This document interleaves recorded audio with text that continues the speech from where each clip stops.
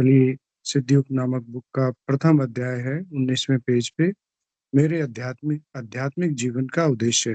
गुरुदेव लिखते हैं, ओम श्री गंगाय नाथाय नमः। मेरे आध्यात्मिक जीवन का उद्देश्य, मैं मानवता में सतोगुण का उत्थान और तमोगुण का पतन करने संसार में अकेला ही निकल पड़ा हूँ। मुझ पर किसी भी जाति विशेष, धर्म विशेष एवं देश विशेष का एकाधिकार नहीं है। ये गुरुदेव के सिग्नेचर हैं और 1 जनवरी 1991 को गुरुदेव ने ये स्टेटमेंट लिखा। फिर दूसरा अध्याय शुरू होता है 21वें पेज पे। मेरे आध्यात्मिक जीवन का प्रारंभ 12 फरवरी 1988। मैं मेरे प्रारंभिक जीवन में पूर्ण रूप से निरक्षरवादी व्यक्ति रहा हूँ। ईश्वर नाम की किसी शक्ति में मुझे कोई विश्वास नहीं था। मैं मानव की एकमात्र सत्ता में ही विश्वास रखता था, क्योंकि प्रारंभ से ही मैं नौकरी में मजदूर संगठन में काम करने वाले व्यक्तियों के संपर्क में आ गया था।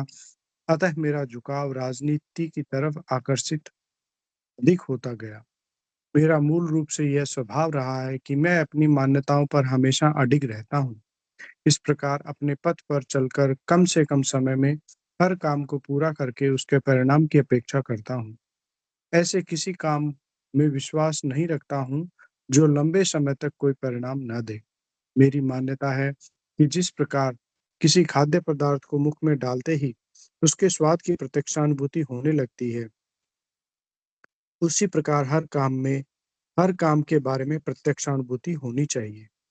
परिणाम के अभाव में कोई भी काम करना व्यर्थ समझता हूँ। आज की बहिर्मुखी आध्यात्मिक आराधना से कोई प्रत्यक्षानुभूति नहीं होती है। केवल अंधविश्वास के सहारे मनुष्य पर पूरे जीवन कर्म कांड में उलझा रहता है, परंतु फिर भी उसे कुछ नहीं मिलता। इस युग के चतुर धर्म गुरुओं ने बहुत चतुराई से मान्यताएं और सिद्धांत बना रखे हैं। हर काम का धार्मिक परिणाम अगले जन्म में मिलेगा। अतः श्रद्धा और विश्वास के साथ जीवन भर तेली के बैल की तरह मनुष्य को चलाते रहते हैं। इस प्रकार संसार के असंख्य मनुष्यों का जीवन निरर्थक बना रखा है। यही कारण था कि मैं धीरे धीरे पूर्ण नास्तिक बन गया। मेरा यह स्वभाव है कि मैं जैसा सोचता हूँ वही कहता हूँ, और जो कहता हूँ वही करता भी हूँ। लोग मात्र कहने को नास्तिक हैं, थोड़ा कष्ट आते ही नास्तिकता काफूर हो जाती है। रूस जैसे देश ने भी दूसरे विश्व युद्ध में सभी धर्मों के प्रार्थना स्थल पुनः खोल दिए थे, परंतु मैं कालिदास की तरह अपने हठ पर अड़ा ही रहा। इस प्रकार ज्यों ही यह अति अपनी चरम सीमा का अतिक्रमण करने लगी, भारी विस्फोट हो गया। जैसी स्थिति हिरोशिमा वासियों की हुई, मैं ठीक वैसी ही स्थिति में पहुंच गया। एक विचित्र भयावह मानसिक स्थिति हो गई कि कुछ भी समझ में नहीं आ रहा था। सारे भौतिक उपचार असफल हो गए। ऐसी भयंकर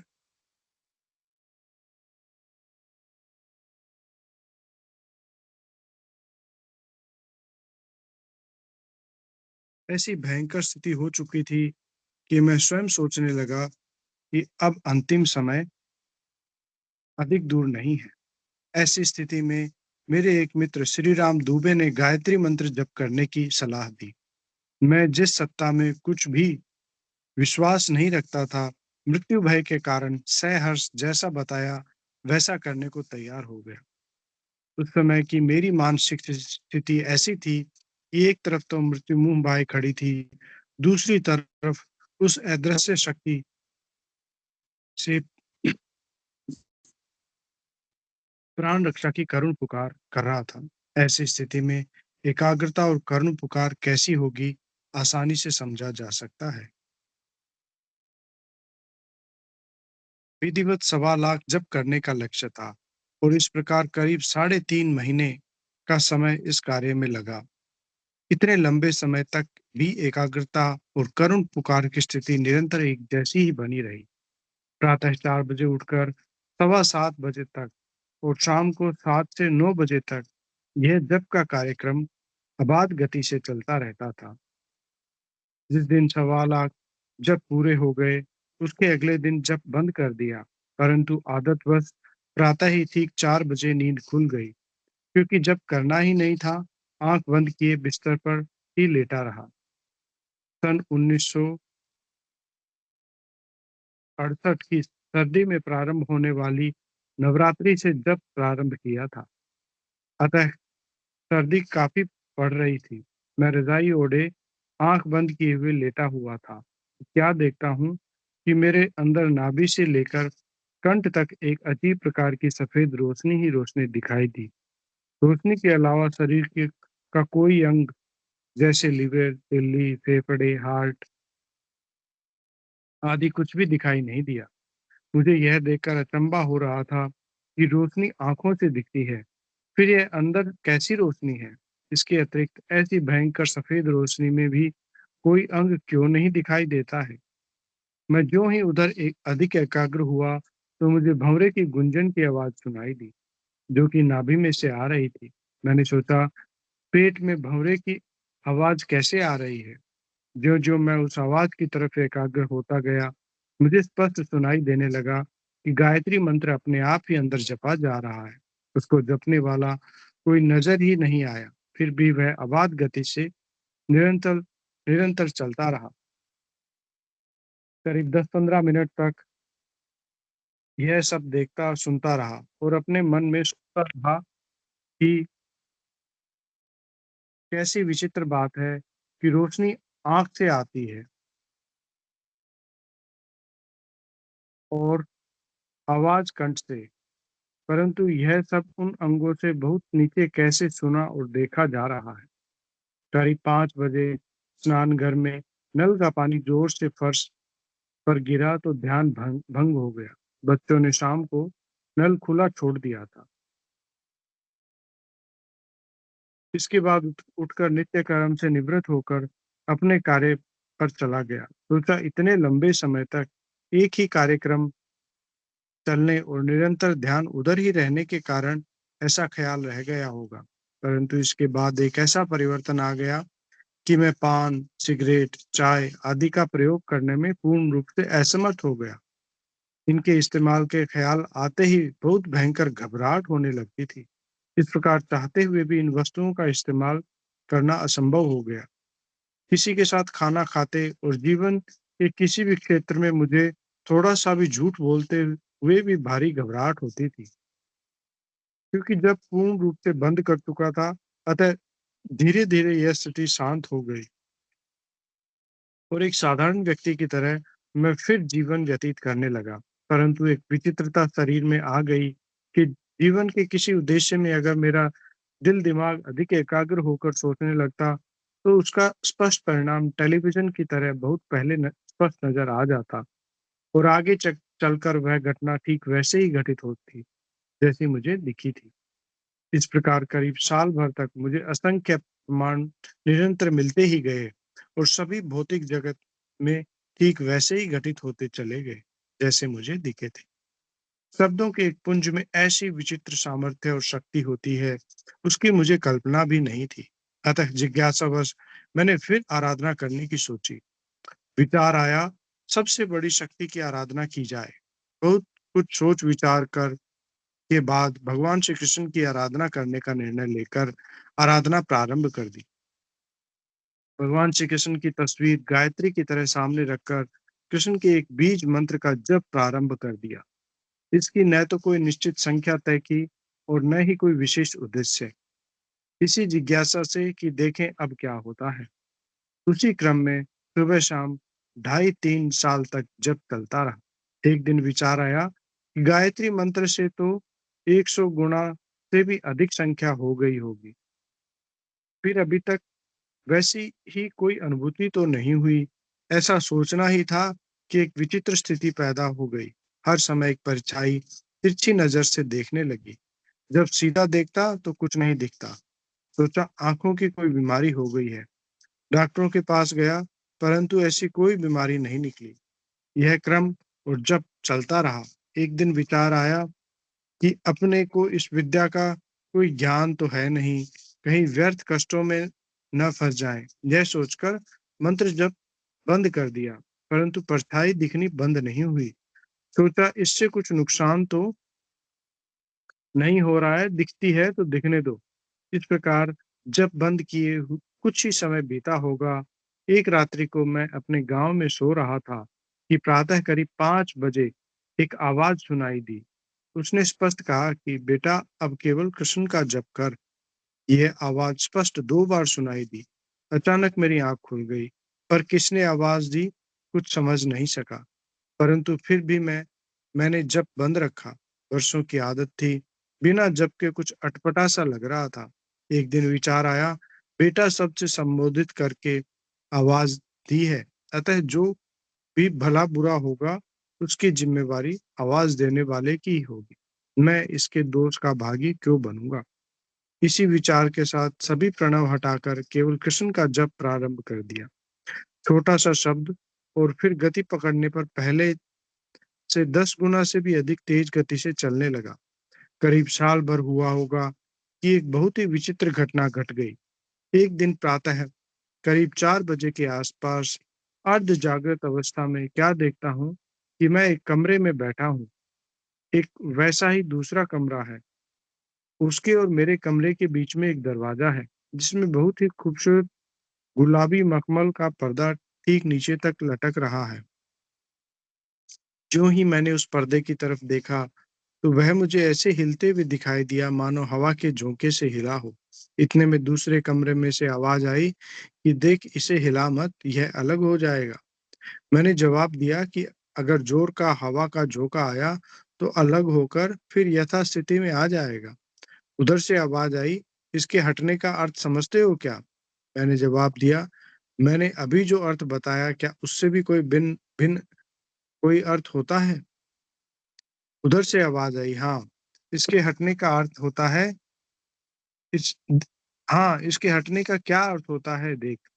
इतना कहने के साथ वह पर्दे वाला दृश्य तो गायब हो गया, और क्या देखता हूँ कि एक मनुष्य जिसका पर्दा हट चुका है त्रिकालदर्शी हो गया है। इस प्रकार उसका मोह पूर्ण रूप से भंग हो चुका है।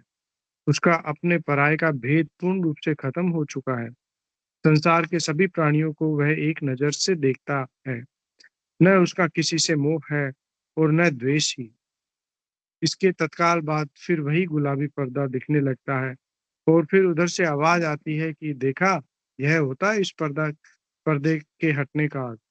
मैंने कहा, यह तो बहुत ही अच्छी बात है, इसी के लिए तो यह सब कर रहा हूँ। उधर से आवाज आती है कि यह सब तो ठीक है, परंतु एक योग भ्रष्ट शब्द होता है। वह क्या होता है, क्या उसके बारे में जानते हो। मैंने कहा, आराधना के दौरान यदि कोई बुरा काम हो जाता है, उससे आराधना का पतन हो जाता है। दूसरी तरफ से आवाज आती है, होता तो कुछ ऐसा ही है, परंतु इसकी सही परिभाषा यह नहीं है। तुम्हारे छोटे छोटे बच्चे हैं, पत्नी है, माँ है, वे सभी पूर्ण रूप से तुम पर आश्रित हैं। यह ठीक है कि अगर तुमने इस पर्दे को हटा दिया तो तुम्हारी स्थिति तो ठीक वैसी ही हो जाएगी जैसे अभी तुमने देखी है। परंतु इन प्राणियों का इसका ज्ञान थोड़ी ही है। जब तुम इस जवानी में इनको छोड़कर चल दोगे तो इनकी आत्मा की करुण पुकार और क्रंदन तुमको ले डूबेगी, और इस प्रकार योग भ्रष्ट हो जाने के कारण तुम्हारा फिर पतन हो जाएगा। अब आगे जैसा तुम ठीक समझो वैसा करो। यह बात सुनकर मैं बहुत ही दुविधा में फंस गया। पूछा, आराधना का भी ऐसा भयंकर परिणाम हो सकता है। मैंने कभी कल्पना भी नहीं की थी। दूसरी तरफ से आवाज आती है कि कर्म गति बहुत ही गहन है, इसको कोई नहीं जान सकता। कुछ देर विचार करने के बाद जब मुझे कुछ भी समझ में नहीं आया कि अब आगे क्या करना चाहिए, तो मैंने उसी अदृश्य आवाज से पूछा, मैं तो कुछ भी नहीं समझ पा रहा हूँ कि मुझे क्या करना चाहिए, अतः कृपया मेरा पथ प्रदर्शन करें, मैं वैसा ही करने को तैयार हूँ। इस प्रकार मेरे प्रार्थना करने पर दूसरे कमरे में से आवाज आती है कि जब यह हिल चुका है तो अपने निश्चित समय पर अपने आप हट जाएगा। अब इसे हिलाना बंद करके कर्म क्षेत्र में विचरण करते हुए अपने कर्तव्य का पालन करो। इन शब्दों के साथ ही दृश्य गायब हो गया और मेरी आंख खुल गई। भोर हो चुकी थी, अतः नित्य कर्म से निवृत्त होकर भगवान श्री कृष्ण की तस्वीर को माला पहनाकर छुट्टी ले ली। यह करीब सन 1984 के अंतिम समय की बात है।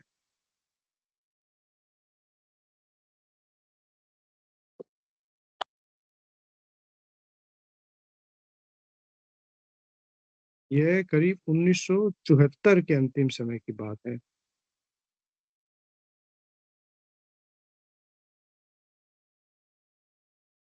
इसके बाद 1983 तक मजदूर संगठनों और राजस्थान किसान यूनियन के विभिन्न पदों पर सक्रिय होकर कार्य करता रहा। ये सन थोड़ा चेक करना पड़ेगा, शायद ये 84 नहीं होना चाहिए, 74 नहीं होना चाहिए यहाँ पे। हाँ, तो 74 ही होगा, सॉरी। इसके बाद 1983 तक मजदूर संगठनों और राजस्थान किसान यूनियन के विभिन्न पदों पर सक्रिय होकर कार्य करता रहा, परंतु जिस प्रकार से पूर्ण आस्था आध्यात्मिक जगत के चमत्कारों से हो चुकी थी, ध्यान उस पर निरंतर ही लगा रहता था। भौतिक जगत के अधिकतर काम आध्यात्मिक शक्तियों के पथ प्रदर्शन से करने का एक प्रकार से आदी हो गया था। यही कारण रहा कि बहुत कम असफलता मिली। जिस काम में हाथ डाला सफल हुआ। सन 1982 में एक प्रकार से स्पष्ट आदेश मिल चुका था कि अब मजदूर संगठन से अलग हो जाओ, परंतु मैंने उसकी तरफ अधिक ध्यान नहीं दिया। इस प्रकार आदेश न मानने के कारण मुझे भौतिक जीवन में भारी असफलताओं और निराशा का सामना करना पड़ा। जबकि पहला जबकि पहले मैं जिस काम में हाथ डालता, मेरा हर कार्य सफल होता था। जय गुरुदेव, जय दादा गुरुदेव। आज हम यहीं तक पढ़ते हैं। आगे का अध्याय कल 26वां पेज है। जय गुरुदेव।